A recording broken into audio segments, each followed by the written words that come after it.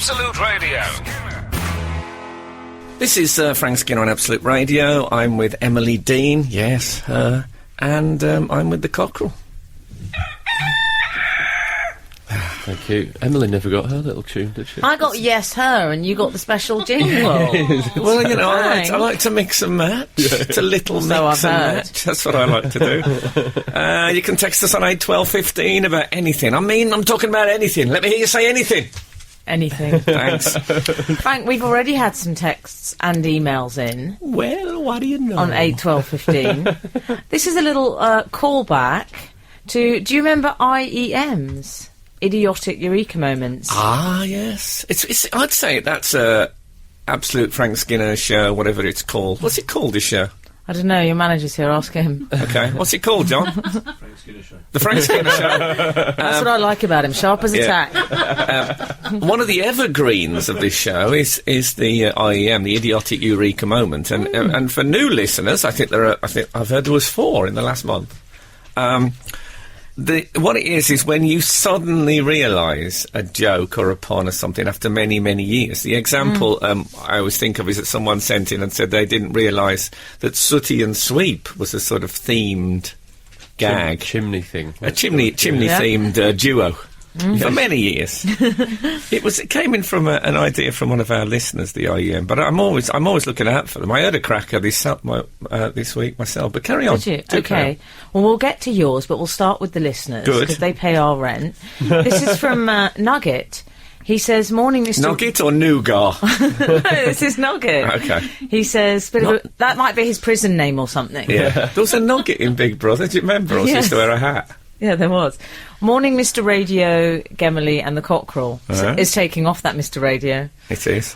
I just wanted to tell you about my idiotic Eureka moment this week, in which I discovered that rather than being blonde, as I'd always assumed, Ginger Rogers was in fact a redhead. Until this week, I'd only ever seen her in black and white films. And in my defence, she does look blonde, doesn't she? In black and white films, yes, yeah. Of course she does. Yeah, but I see why Ginger would have completely thrown him. I saw a coloured plate of her in a coffee table book about stars of the past, and there she was in all her ginger glory. Oh, how did I look in that book? Oh, lovely. Didn't we have another IEM? We have had another one in. What about the Czechoslovakian football team? We had an email in. They're all falling into place. Dear Frank the Cockerel and the ever-lovely Emily. Nice. He said it, not me. This week I had an IEM, and thanks to listening to your show, I now know how to classify this. For some reason, I never realised that saying the Czechs are bouncing, as in referring to when people from the Czech Republic were happy at the World Cup or Wimbledon, etc., was a pun. I always thought it was just a national characteristic. Yeah. What, like Tigger? I think Tigger's from the Czech Republic originally.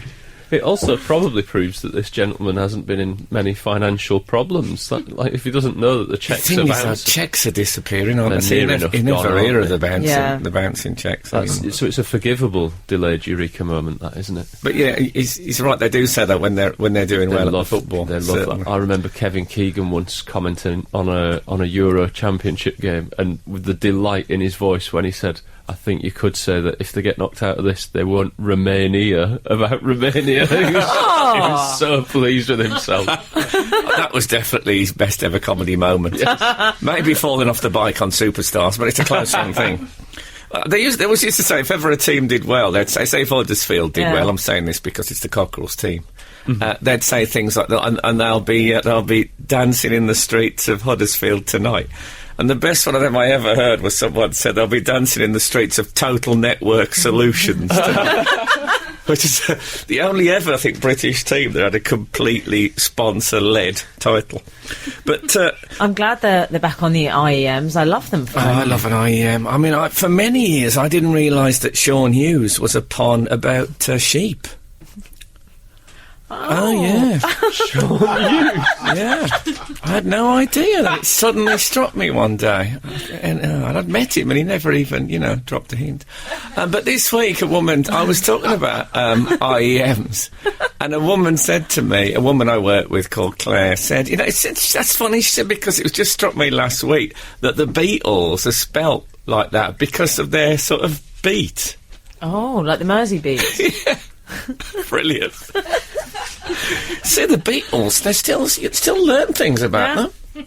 Oh, yeah. Well, there's a film called Arthur Christmas out, and I thought, what does that mean? And I've only just realised, I think is it meant to sound like Father Christmas, if you say it in a certain way? Arthur Christmas. Oh, I thought it was like Arthur Sixpence. Yeah, I thought it was Arthur Christmas. Pun on. You have Arthur maybe. Christmas. Yeah. Anyway, maybe you're right, though. I think I am usually, We've had a text in from 670 who's saying, "Oh my God, Sooty and Sweep, I never knew." Eureka. That's great. Oh, man. See, people don't say stuff like that anymore since the news of the world's gone. Yeah. Anyway, if you've got if you've been a victim of any idiotic Eureka moments, let us know. What about that? We've started like that with I've called a text in almost immediately. Quick off the I've just received, there's some email, subject line fat women, so I'm going to read that and you two get on. Okay. Oh, dear. So you can text us on 8 12 15 and that's it. That's not it. Don't go away. Play some music. Absolute Radio. Frank Skinner. So I went to the what's it called? The Indigo, is it? Oh yes. At the O2 the Centre. O2, yeah. Yes, in that's the little one, isn't it? yes, the one that is at the big O2. And at the big O2 was some indoor tennis tournament. Well, it would be indoor, I suppose. Yeah, massive, big tennis tournament. And I was watching the ATP, is it? I don't know. Oh, okay. I'm not interested in all that nonsense. So I'm watching The Fall in a small adjoining bar, basically. The Fall, in case you don't know, are the greatest band ever. Although their singer, Marky Smith, doesn't like them being called a band. No. He likes them being called a group. Oh. Yeah, he's very, very, very Why touchy. doesn't that surprise me? Very touchy about that. And the one thing when you go and see The Fall is you never know quite what the support act's going to be. 'Cause I think sometimes he books support acts just to get on the crowd's nerves. And there's been a few down the years, I won't name them. But there was a real cool DJ when I got there. This guy just had like this tall, sort of very young, thin, white guy. And he had his, his big cans on, and he's doing all his stuff. And his girlfriend was in the wings there, looking very lovingly and dancing along, and some terrible people from the music business in baseball caps. And a man about 50 in clothes of a 20-year-old. Planet Hollywood bomber jackets. It was, bagging on a t-shirt. I was finding it very entertaining, because I was blown out at the last minute, so I was on my own. Oh, But I was sitting down, I was in the balcony, so it was like being Caligula at the Colosseum. And I think he went to the Colosseum. Oh, yeah, a big fan. He loved musical, Caligula. Anyway, so this guy was really doing it, and I saw someone in the wings giving him the wind-up thing, because where I was sitting, I could see straight into I was basically leaning on the speaker, which is why my right ear is still going even now. I like that, though. Oh, anyway, so he carried on playing. He was really in the zone, and then two of the Falls roadies came on stage, and they just sort of went to either side of his table and just wheeled it off while he was still playing. And this poor chap who was so cool, and his manager tried to save it by coming out and saying he had like a trench coat on, the manager, and he came out and saying, "Yeah, one of the hottest young DJs," as if it was a deliberate exit. And the poor guy, he was still doing his decks. It was like, if you see if you see a young woman rushed into an operating theatre, and her husband is still talking to her on the way in. It was like that. He was walking at the side of the poor. Oh man, it was one of the best things I've ever seen. And did Marky Smith, he likes to do the washing up or something, doesn't he? Well, he turns his back a lot, doesn't he? And he looks like he's doing the washing up. He's fiddling with knobs. He sat down quite a lot. He had a chair at the back, and he sits and reads his lyrics sometimes. But also, people throw a lot of stuff at Fall gigs, which he never seems to mind. What sort of stuff? Well, they threw a newspaper on stage. Did they? So there was a newspaper, but sort of just bits of newspaper. It looked like a sort of 1980s student play about urban decay. I love that even the abuse is quite 80s in newspaper. Yeah. I haven't been to a Fall gig. That would make me think that they were saying improvise a topical song for us, or something like it's a suggestion from the crowd. Well, they also threw quite a lot of carrots. Yeah, not complete carrots, but diced. What sort of Sliced M&S carrots. Yeah, sort of carrots that you dip. Julienne carrots in a full kit. Yeah, that's what it was, Julienne carrot. Was there a massive vat of hummus behind him? If there was, I didn't see it. But, yeah, they're quite... I'd say at one point there was a newspaper and about 8 carrot pieces on stage. Carrot pieces, not carapaces. They weren't throwing the shells of tortoises. Obviously, that'd be horrible. But it was. They were brilliant, absolutely brilliant. I must say. They always are. Yeah, they are. Frank, we've had a strange text in. Hi guys, yet again we seem to have only one webcam working. I saw It's a that. disgruntled employee. That'll be one of your fans. All right, they only care. If you care that much about the visuals, put the telly on. We've also had a text saying it took me about 20 years to realise that only Smarties have the answer was a pun.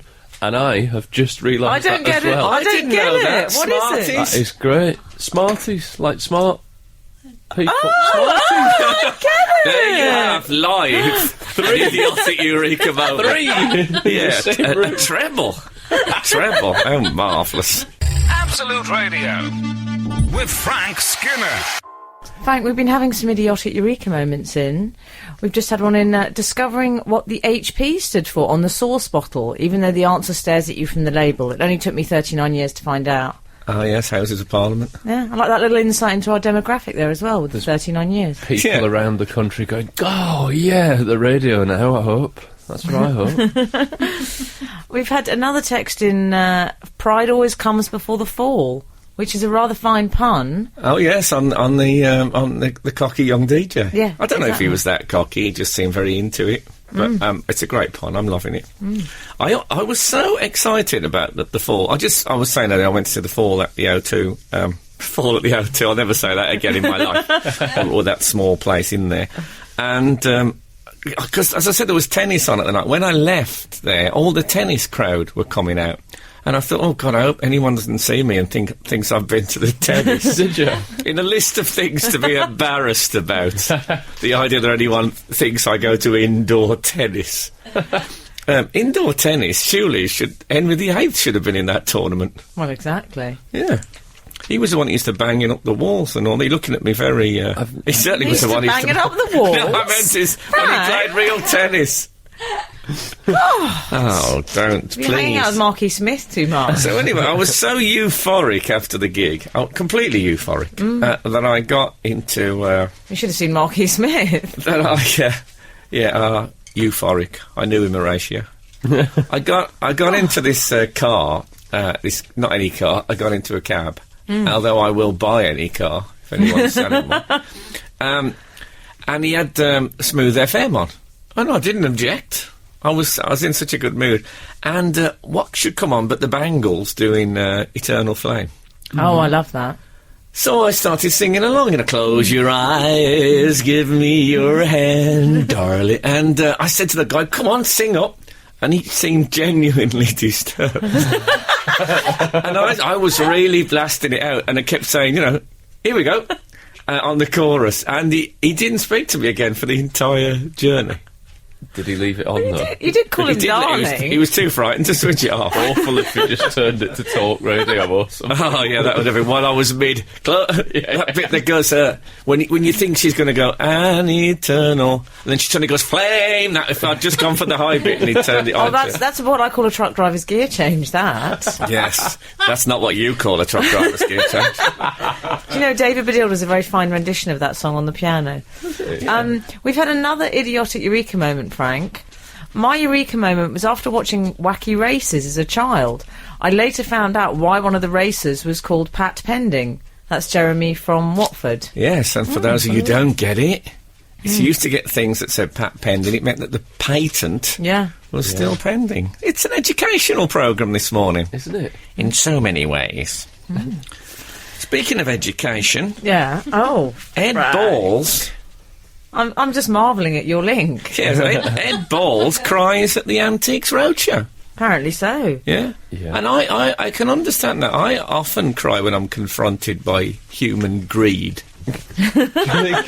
I don't think it is that he cries at the greed. It's the other way around for him, isn't it? When they're told, oh, this clock's worth £50,000, and they go, I'd never sell it. It was my granddad's. That sets him off, apparently. But they never say that, do they? Sometimes. They only say I'll never sell it when they say it's worth 17 quid. Yeah. And they think it's not worth selling. They say it means more to me than money, which means, oh, no, that's not going to pay for the extension. No, that's not why the people who turn up for those things would sell their granddad, never mind their granddad's watch. They're there thinking that they're going to have the £50,000 heirloom that's been knocking around the house. That meant the world to their family, but they don't care as long as they can get the money. That's the kind of people who go to Antiques Roadshow. That makes me cry. I'll go further. It makes me vomit.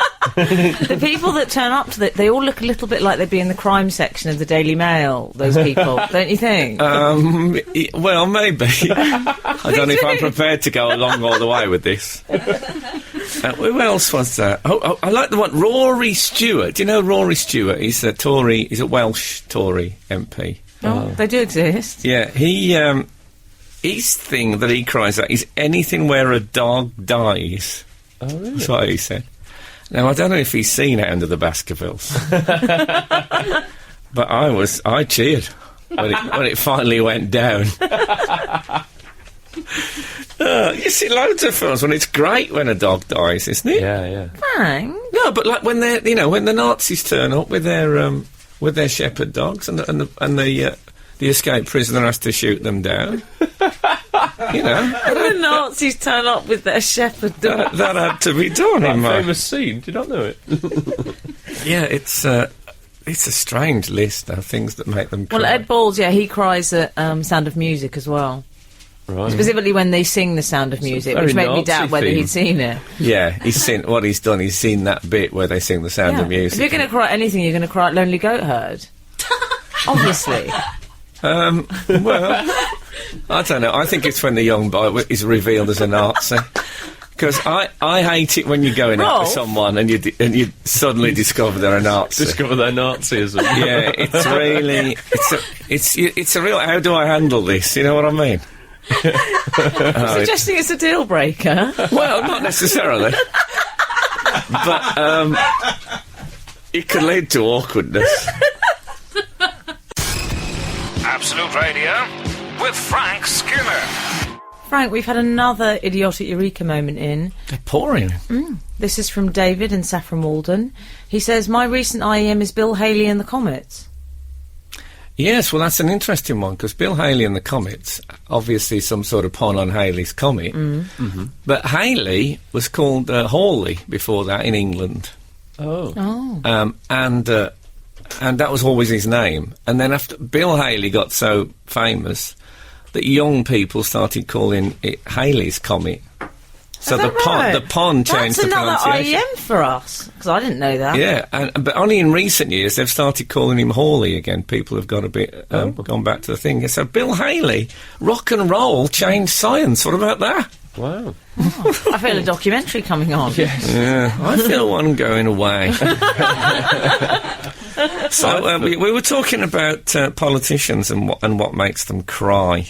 Which has been a lot of talk this week. It's Ed Balls he did an interview in something called Total Politics magazine. I didn't like the sound of that. It sounded like some Lads Mag version of The Spectator. Yeah. Total Politics. Is that what 5 Live people go to for their politics? I think so. Sounds like Total Politics to me. Yeah, it's a euphemism. Yeah, it's Lord Archer said that asked what made him cry. I know we're all waiting, but I don't think prison life was like that for him. What made him cry was he said those adverts for Fairy Liquid, where the little girl used to say to her mum, that thing, "Why are your hands so soft?" That. Now, this was an advert that was on in the 1960s, which is presumably the last time Lord Archer cried, which suggests that he's a bit of a hard character in some ways. Maybe. Yeah. Well, I had a bit of an Ed Balls moment. But it's not the last time Lady Archer cried. No. Sorry, carry on. I was just saying I had a bit of an Ed Balls moment this week. I caught myself very close to having a little cry. Yeah, we broke an egg cup, but it was a novelty egg cup that has a face, and it's part of a family. Some of them are a little bit happy.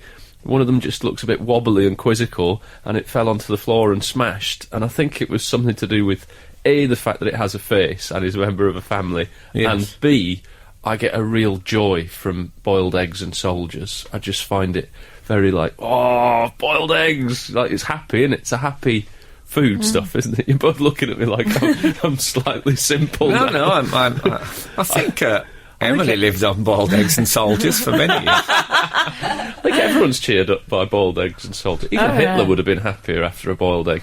Keep Sadly, Hitler he out of this. focused more on the soldiers, didn't he? He did. Than the eggs. He did. But it made me think, like, is it because it had a face? In which case, would I be upset if, like, a Henry Hoover suddenly broke or something? But Well, I've said... I remember pointing out on Buzzcocks once that if I see a Henry in a skip, I find it upsetting. yeah. It looks like it's struggling to get out. Lovely. It's so chirpy, a Henry Hoover. We're quite happy about it, doesn't it?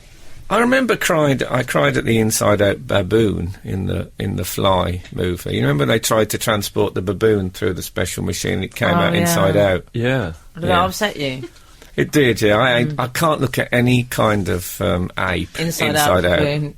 Yeah. Oh, that's okay. That won't be a daily problem for you then. I have often thought it would be a great name for a pub, though, the Inside Out baboon. Frank, I cry sometimes at the theme tune to Home and Away. Particularly the bit where they say, I've never felt such emotion. I actually get a lump in my throat. I'm getting it a bit now, yeah. Oh. It's really sad. What does that... What's the rhyme with that?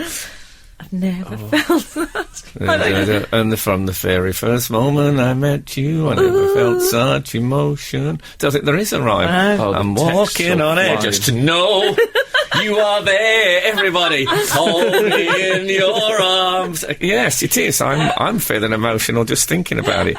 I used to like... It was the girl in it, the tomboy one in the early days. Oh. Do you remember her? She was very solid. Bobby, thank you, Emma, our producer, nipping it. She often prompts me on Australian soap conversations. Yeah, Bobby, I used to like her. I like a little stout tomboy type. Yeah, Jimmy Cranky. Another.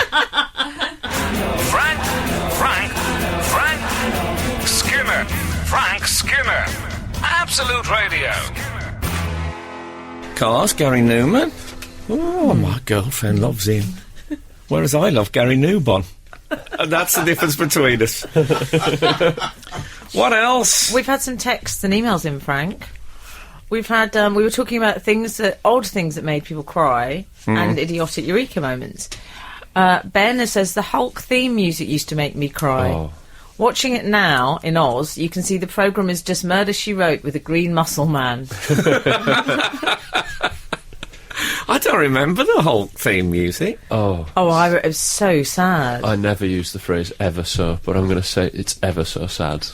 Does it go, Because that always makes me cry, I must say. Yeah. We've had another text in from... So she's called herself Nick Wood. I don't know if that's a Jedward thing going on. It's a little curious. Oh, maybe. Nick Wood apparently used to think that... Well, thanks for the tip.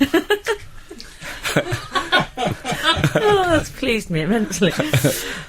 When you used to go to the shop and you'd ask for it, they'd offer you cash back. She thought that was just money they were giving you. She said, really? Yeah. At the time, she turned to her boyfriend and said, "How much shall I take?" Thinking she'd won a prize of some sort. Oh, what a terrible disappointment. But I think it shows Nick Wood in a very good light that she asked for £30. She obviously settled Not on greedy. an amount that, No, not at all, Split the greedy. difference. Split the difference. See, whenever they say to me, "Do you want cash back?" I always think, "What do you mean by that? Do I look down at heel?" Speaking of heels and other joints of the body, I've just learnt, and I learned so much on this show, that Linda Lusardi doesn't like her knees. Look, I remember reading an interview with her some years ago, Yeah? and that's exactly what she said. She said, "Don't like my knees." It's always the way, isn't it, with the great beauties, that there's always something that they don't like. But she was hot, Linda Lusardi. Oh. I know, actually, that was Vinda Lusani.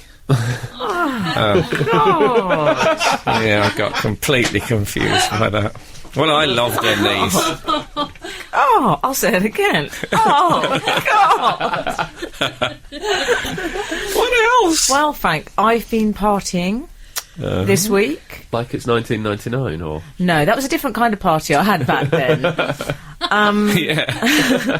Let's not talk about No, those let's not parties. talk about the lost years. I've calmed down a bit these days.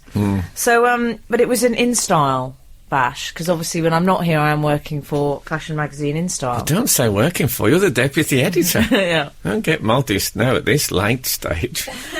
It was a very good party, Frank. It was in London's Glittering London. nice. And I'm imagining the pressure to dress well for that party must be nightmarish. Oh. thank goodness I know designers who are Yeah. willing to lend for the night. Do they lend? Yes, they do. Right. You call it in. And I had some shoes as well, fabulous shoes. But I'd had my hair done, and then about 7 hours later, I'm on my way to the venue. It was in a hotel, actually, and I had a suite to get ready. Wow. The makeup artist from Yves Saint Laurent, Thierry, is on his way. Oh, Tierra. Yeah, Thierry. Just... Oh, why had you been watching The Sound of Music? He was a little bit Thierry after watching that. So I've got all my bag and my suit bag. You carry it in a big suit bag, and my course. shoes. Go to check on my items. One of my shoes is missing. Oh no. Oh, it was awful. Oh, God, it was like that party I went to at Paul McCartney's. Yeah, so what do you do at the 11th hour? Well, I panicked. Why did shoe miss in 11th hour? Isn't there a fairy tale based on The whole of London was out looking for that shoe. I had someone from my hairdressers. They were scouring the streets on their hands and knees, hunting for that shoe. The car driver had to pull over, checking his boot. Eventually, I'd left it at the office, so it was fine. It was couriered over to me. But Of course it was. the best Yeah, thing they ever. had to take that blood off the off the motorbike and put Emily's shoe on instead. What about this kidney? I'll just leave it there. Leave it in the gutter, like next to that baby's napkin.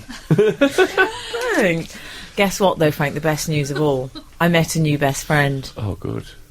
Darius off of Pop Idol, remember him? Oh, Remember Darius. Darius? Oh, I love Darnish. Darius. He's absolutely... No, it's Campbell now. He's changed his name. He's Did he get charming. married? And it turns out, we've been in contact, it turns out he's a big fan of yours, Frank. Is he? He described you as a comedy god. Nice. I loved it. I always loved him. Yeah. Well, that's good, because he's invited us to Chicago. What? He's in Chicago. I'm sorry, I Oh, can't the travel. musical. I can't travel at the drop of a hat like I that. mean, I've not brought a passport, nothing. Oh, I love Chicago. I've seen it several times. Well, we're going to go and see Darius. Oh, that'd be great. good. I like He's got that. one of my favourite ever Wikipedia openings. Has he? What does it say? It says Darius Campbell, Yes. as it is now. Darius Campbell, the child of an Iranian father, Dr. Booth Darnesh, who is colourblind, and a Scottish mother, Dr. Avril Campbell. Never ever refers again to the colourblindness. Now, who just gets a casual... his father's a doctor who's colourblind, blah, blah, blah. So I don't know, what's the story with Darius's dad and the colourblindness? I think I know the story. Do you? I'll tell you in the break. Is it controversial? No, Darius had a single out called Colourblind. Oh. So it was about his dad's colourblindness? I don't know. I didn't know that, but he did have a single out called Colourblind. Well, it's awful. I wish now I'd have clicked on the link, colourblind. I assumed it would just tell me what colourblindness was, Yeah, which, yeah. in many ways I know. But you're colourblind, aren't I'm you? colourblind, but I don't believe it's mentioned on my Wikipedia page. Well, get with it. Not that I've checked. Get with it. Well, go on, add a third sentence on your Wikipedia page. Absolute Radio. Frank Skinner. Frank, we've had a text in. Oh, you sound very echoey. Yes, I do, don't I? Oh, that was a weird A moment. little whistle, wasn't I it? felt like I was trapped down a well and Emily was calling down help. Do you know what happened? I think Sarah the Poisoner did open the door. Oh. Yes. It's like when people have phone-ins and they say, have you got your radio on in the room? Oh, Turn yeah. it down, mate. Yeah. Exactly. That We makes had me to think turn of it down, something like mate. James Whale or something. So anyway, Frank, do you remember earlier on in the show, I said that I'd had a text in, and the subject line was fat women, which alarmed me somewhat. It was turned out to be from Amanda Taunton. Hi, Frank, Emily and Alan. I've just heard on the Absolute News that Britain has the fattest women. Thank God I live in Australia. And by the way, just finished off the bread and butter pudding. So there was actually some headline today. Did you guys see that? Yeah. And we're fat, apparently. There's an obesity crisis amongst British females. Yeah, I didn't need to read that in the paper. Just walk down the high street. It's like it's a knockout out there, isn't it? Blimey, he's straight in the cockerel. All I care about... He doth crow. All I care about is that he said out there. That's all I care about. That's true. That's true. Absolutely. Well, I don't know. Is it true? But you say that, but what about WFW has been in the news? Who's that, Frank? Oh, that's the world's fattest woman. Good boy. I thought that was that de Klerk guy. Yes, but this is quite a happy story. Is she in any way tied in with BFM? It was a regular character on I this sincerely show. hope not. Britain's fattest man. Britain's fattest man, we should explain. No, but he no longer... Alex... He'd be he should have his own radio station just called BFM. For Britain's fattest man. He'd be all right as well as you could just wheel him from microphone to microphone. Carry on. She's Pauline Potter. BFM is Paul Mason, or Paul Masson, as I like to call him. Okay. Pauline Potter... weighs... that's the right name for the world's fattest woman, isn't it? Pauline Potter. It just sounds right. She can't even potter. She can't get out of bed anymore. Can't potter about? Oh, yeah, that's good. But I don't feel that sorry for her, because this was a target of hers. She's, I believe she's 50 stone? 52. Yeah, and she did that. She took that on herself. Uh-huh. Well, apparently it's made her relationship's back on track. Her ex-husband says he can't resist her now. He says she's dynamite in bed. Well, I don't know if she's dynamite. More like napalm. He said, I'm desperate to be her lover and caretaker again. Which I thought was quite a strange romantic. Does he get one of those brown overalls? He's a caretaker. Oh, dear. My dad was a school caretaker. We couldn't move for ISL toilet paper and an Ajax in our house. And neither can her ex-husband. No, I shouldn't think so. One of her legs weighs more than he does. Yeah. How did they... If he were made of gold. How well do you know someone where you can say, I'll tell you what, shall we, Pauline, what about we weigh one of your legs tonight? She was all right with that. Yeah. And what about one of your upper arms? Come on, get that on. Hold on, let's get a pen and paper. We'll do you in sections, and then we'll add it up and see if they come to 52 stone. What if they don't? That'll be bizarre. That's the kind of fun they have at home. He's 11 stone, the husband. Yeah. He's 11 and she's 52. Does he call her his other half? Or does he call her his other 5/6? Have to change the fraction. There's a picture of her in the Daily Mail, sitting on the sofa, where I must say she looks more like the sofa than the sofa. She does. It looks like a sofa on a sofa, like some terrible Courts advert that's become superimposed on a previous one. The other picture of them where they're on their wedding day, he looks like he's on the cake, and she is that cake. I bet she was on the cake. I don't understand the geography of her body. Oh, no. No, but there's strange... That's a beautiful opening line for a poem. Isn't it? It's one of Shakespeare's sonnets, I believe. But you see, if she does lose the weight, she is going to lose it, she says, eventually. Well, but it's said that she deliberately set out to become the world's fattest woman, so, you know. Yeah. She said she wanted to publicly humiliate herself. She didn't need to put on weight to do that. No. But she wanted to publicly... She could have gone on Mastermind. Exactly. Oh, no. Well, But Frank, BFM is also in the news as well. BFM, he's quite an angry man, Paul Mason.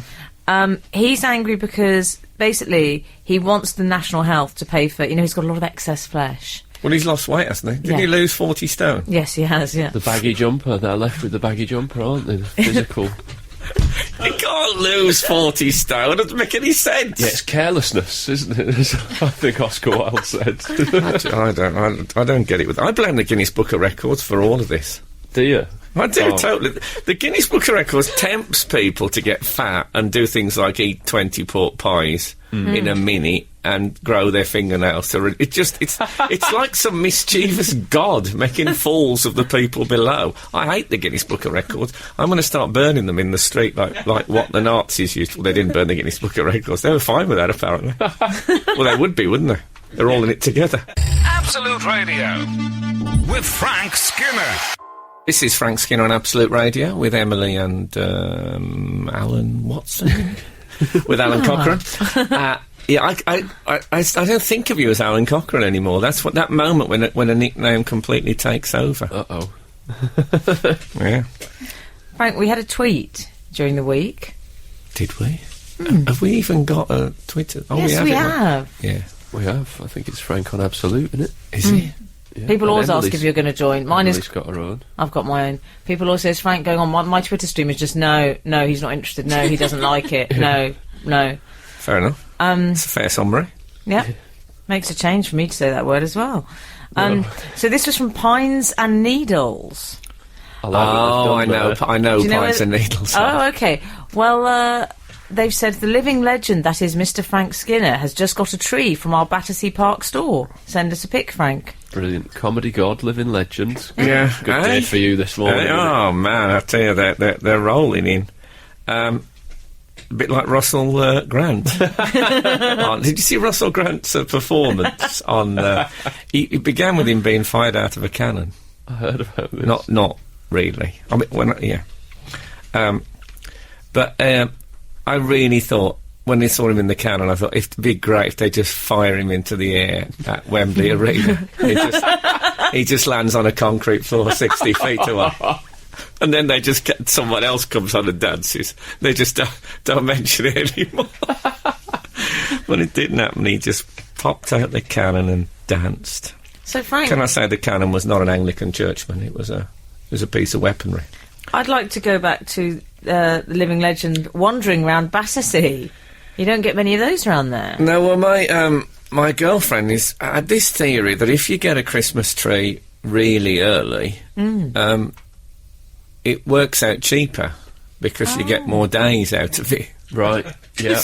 Yeah. I like the logic. Yeah, I know Predictably. I know you'd like it. I think you get yours in April, don't you? But so we went and got this tree. She went for the 7-footer. No way. Oh. When the man delivered it, he had to chop the very top off with his secateurs. Chop the top off? He was scratching the... Yeah, do you remember chop the top off? The gymnast. Yeah, yeah, so... 7 foot, Frank. It's and also, he said to me, you need to water it every 4 to 5 days. I said, I'm sorry? A Christmas tree? And yeah, I have to water it. Yeah, and they last in the wild, don't they? Nobody's going out looking after them, are they? No, but they get rained. It rarely rains in my apartment. But I always think of a Christmas tree as like cut flowers, it's a kind of a one-night stand. I don't like the commitment of a pot plant. Don't you? Not No. got a pot plant in the I won't have apartment? a pot plant in the house, but now I've got a pot plant, basically, because I have to water the Christmas tree. Now it's been lopped off. What sort of height are we... A sort of Greg Davis height? Yeah, or- well, it's... Yeah, it's about... 6'5"? It's about... Well, he's 6'8", Greg Davis, yeah. but it's... Lovely. They chop the top off rather than the bit off the bottom. Surely you want the top for a fairy. They don't chopped a bit off the bottom as well. Oh, wow. Oh, yeah. Oh, God, tell me about it. Yeah. No, will you actually tell me about it? No, it was... And what are you going for decor-wise, Frank? Because, black ribbons are very in with the fashion. Black ribbons on a Christmas tree. It's all a bit 5-minute silence at a football match. It But is. that is... What, at the end of it, do I go... Yeah. 5 I don't minutes wish to silence. know. Have you been to the Alun? No, I don't like a living thing in that.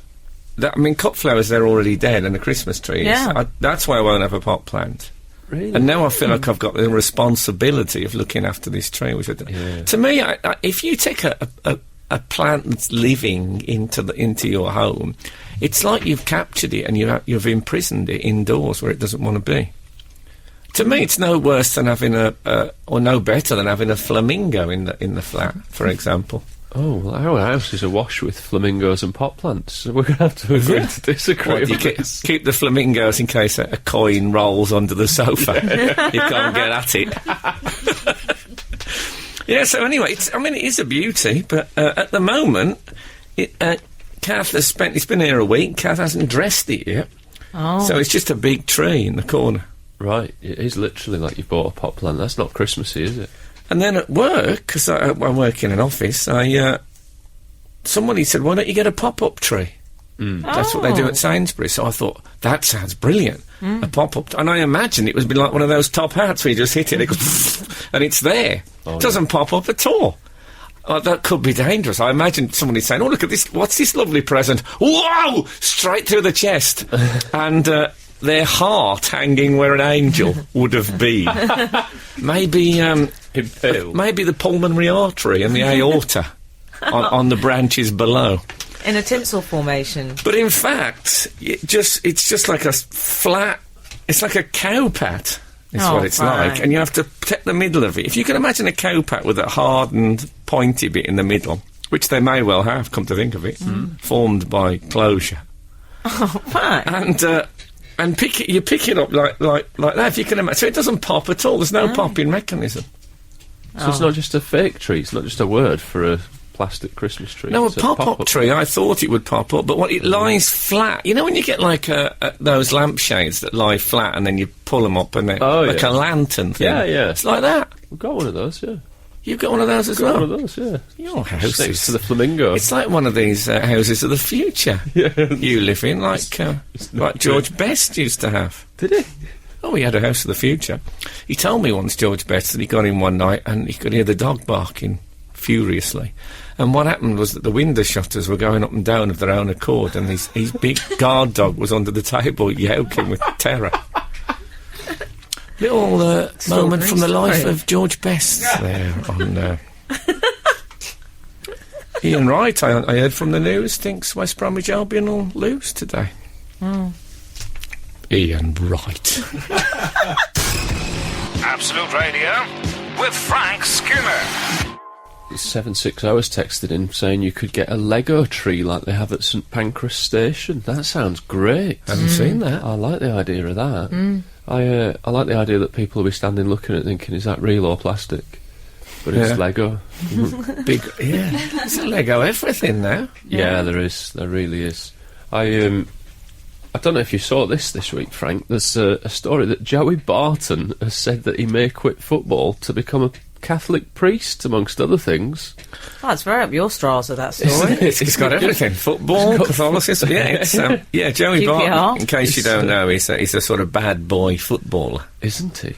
And but who's suddenly become incredibly witty, articulate. He does funny tweets. He's going to be a priest. He likes to pop a bit of philosophy onto Twitter there, I believe. I was worried what you was going to... I thought that was going to be a scandal. No. He met Morrissey at Glastonbury. Yes, and I liked... he was insulting some of the members of The Only Way is Essex in a quite poetic way. He said, you have teeth like a burnt-down fence. Which I thought was brilliant. Yeah. I think he was being what they call online a wum, wasn't he? A wind-up merchant. Is that what he was being, yeah? I think that's what he was being, yeah. Teeth like a burned-down fence. I miss the Queen Mother. But anyway, there was a very weird chat. I'm starting to think the real Joey Barton's in a cupboard somewhere with his hands tied and tape over his mouth going, and this guy has taken over. This Oscar Wilde type figure has taken over. But it does make me wonder what people could do after football. I sort of feel sorry for them. It's good now that they get all that money while they're playing, so that when they do quit, they can do something else. But in the old days, they used to just buy a pub, didn't they? Always. They used to run a pub. But now, there was a little window where they had to do jobs and punditry and whatever. But yeah. Now, I mean, some of the Ernie Hunt, who used to play for Coventry City, I believe, ended up selling ice cream off a push bike. Is that true? Yeah, it's tricky. But they always used to have in football programmes, they'd have questionnaires with the players, and it would always be, what would you be if you hadn't become a footballer? And they always said an electrician. Right. Always. They always had the same answers. Biggest influence on career, my dad. Favourite food, steak. Favourite book, John Fowles' The Magus. I made that last one up. Oh. But the rest, I didn't think that, yeah. The rest was all... I think it'd be an Andy McNabb, I think, would be favourite. Yeah. I think Andy McNabb was still in the cadets at that time. Yeah. Isn't there a thing in... there's a really good book about Brian Clough called Provided You Don't Kiss Me, and there's a bit in it where he says that... back in the day, Stuart Pearce advertised as an electrician in the programme. Really? Yeah, which the idea now that you could get a professional footballer to come out and just change a couple of plugs for me and a bit of rewiring, and then back to training for I you. don't want to get too football heavy on here, but we had a player called Willie Johnson at West Brom who was taking a corner, got into a conversation with someone in the crowd and ended up selling him his shed. That is great. Yeah, it's a true story. That's like kickabout on a park territory where people forget to take a corner because they're having a chat. The barriers weren't so, they weren't so big in those days. People were, it was lovely. They also said in the Daily Star this week that Joey Barton has taken to wearing what they call Harry Potter type glasses.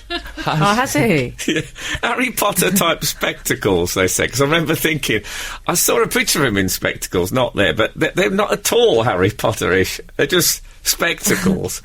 But I imagine the Daily Star thought, I don't know if our readers will know what spectacles are. Yeah. So we'll have to give them some sort of popular, so they can think, oh, I know, those round things on the boy wizard. Joey Barton says he's looked into the void, and that's when he decided he'll give this game up. Oh. The football I game. don't think you should look into the void. No. I should say that the Void is a gay club in West London. I think it's all right, but some people they just don't want to live and let live.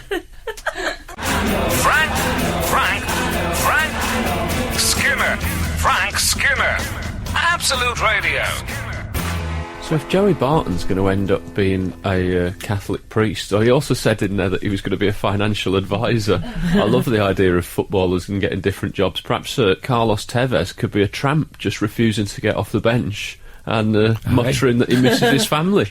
That's very tramp-like behaviour, isn't it? Yes, he's got various tramp-like features as well, really. I had a touch of show business this week. It's not just Emily that's met Darius, Frank. I worked with Stavros Flatley earlier this week, who I know you know. Yes. Sure that you know his work. I'm sure our listeners know Stavros Flatley as the father-son dance team from Britain's Got Talent. Can I just say they don't compare Darius, who is a consummate professional, to that end-of-pier lot who eat carbs. I'm sorry. That's a bit harsh. They were a heartwarming. I mean, we were talking earlier about things that made you cry. I mean, the lovely father-son relationship Stavros Flatley would have brought a tear to anyone's eye. I didn't know him before I worked with him. I had to Google him. I've worked with him, I think, 3 times, actually. Really? We've crossed paths at various events. Has he got any insights on the Greek economic crash? He didn't mention that. But he did say a thing that I really loved, because I'm not one of these, I'm not snobby about their place in the show business world. I think they're in the perfect place in the show business world. They're the in-demand novelty act, which is great. There's almost no responsibility. They don't have to read the paper, they don't have to do anything. They just turn up, dance about with his belly out. He's very, very comfortable with his shirt off, that man, by the way. Dad? Yeah, I've had 3 conversations with him, and not once has he had a T-shirt on so far. Never. Even backstage, he's never got a shirt on. Great, really comfortable. But I really like him. But he told me a great thing, saying, we just thought it was a bit of a laugh. We just went along. And he went, I just signed everything. He said, everything that they put in front of me, I signed. He said, I couldn't tell you anything that I've signed, but I could tell you what was to eat at every buffet, at every meeting. I loved that. I love the fact that he got sidetracked by food at the buffet. He sounds like a... Great. We tried to... I did a show in the West End called the Credit Crunch Cabaret, you might recall. I both appeared at it and recall it. And we tried to book that dog act on... yes. Not the original dog act. I can't remember her name now, but there was a later one where he was like a pagan god, the later dog. It wasn't that one. Remember, he got up and he put his hand on the woman's shoulder, and suddenly it looked like he was controlling the act, and that she was the stooge. It was terrifying. But this was the one where the dog used to go in and out of like a paling fence on stage. And we couldn't sort the money with her. She was She's asking a bit over the odds. So where is she now? That's what I'd like to know. Barking mad. That's it, yeah. So she never did the gig, which is Oh, that's a pity. Which was a blow. Could have turned it round for both of us, I always thought. Absolute Radio. Frank Skinner. Frank, one of your favourite people has been making the news this week. The Archbishop of Canterbury. No, not the AC. This is your favourite singer, and if you'd have gone down to Leicester Square Tube Station recently, you'd have spotted Catherine Jenkins. Yeah. Marquis Smith. No, Which you might well have done. He hadn't been to bed. But in a different context. Yes. She did a spot of undercover busking. She had a brown wig on and a holy jumper. Well, it was actually quite a smart jumper, I think, with an artful distress. And she said it was the only time she'd ever sung in flats before. I've sung in flats all over England. It's interesting. Yeah. When I sing, when I do the high notes, I go up onto my tiptoes. So she's already halfway there in her high heels. No wonder it's easy for her. Yeah, that's why she's had an operatic career that doesn't involve having ever been in an opera. He's off. You sound like that's a slight bugbear of yours. No, well, I find her terrifying. I don't know what it is. I've spoken of this before on here. I mean, it said in this thing that it said commuters were moved to tears. That would have been the smell of sulphur rising off her. Because I honestly believe she's a handmaiden of Beelzebub. There's something, you know when you sense profound evil in a person. And I don't know what it is with her. I can't work it out. She seems to be, she's sort of, attractive and she's talented. She looks good with a brown wig on, and I never thought I'd say that. That's a weird thing to say about someone, but she looks all right in a brown wig. Yeah, they know how to lure you in. Don't worry about that. She raised a cool £16. That's how the Sun put it, anyway. Does it say how long she was there for? No, I don't know. What did she raise it for? I don't know if it was for charity. No, well, exactly. Wouldn't it be fantastic if the Inland Revenue were reading this article and then suddenly audited her to see if she was always with the financial? I love it. She probably just had to buy a goat's head for some sort of ceremony, and found herself a bit short on change and improvised. She was Saul's instrument as well, and I like a bit of woodwind. In busker? Yeah. In a busker? You like? I like woodwind or strings. Yes. My favourite ever busker was a bloke who used to sit... I think I'm going to demonstrate it, because I have a prop with me. He used to sit in near the bullring, and he was an older guy, looked like he might have, shall I say, like a drink. Yeah. He liked to drink so much, he decided to live on pavements for practical purposes. And he used to have a mouth organ just in his mouth. I never saw him handle it ever. And this was him busking. Just breathing.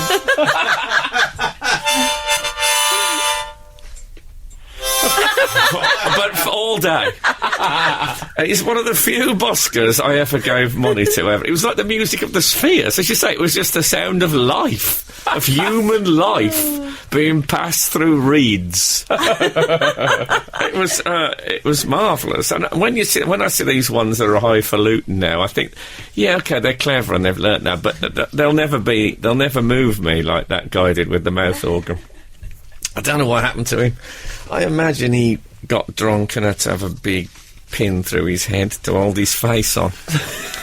Lovely. Anyway. Have a great day, everyone. Have a great weekend. He might be listening, who knows, if he can hit me over the top of...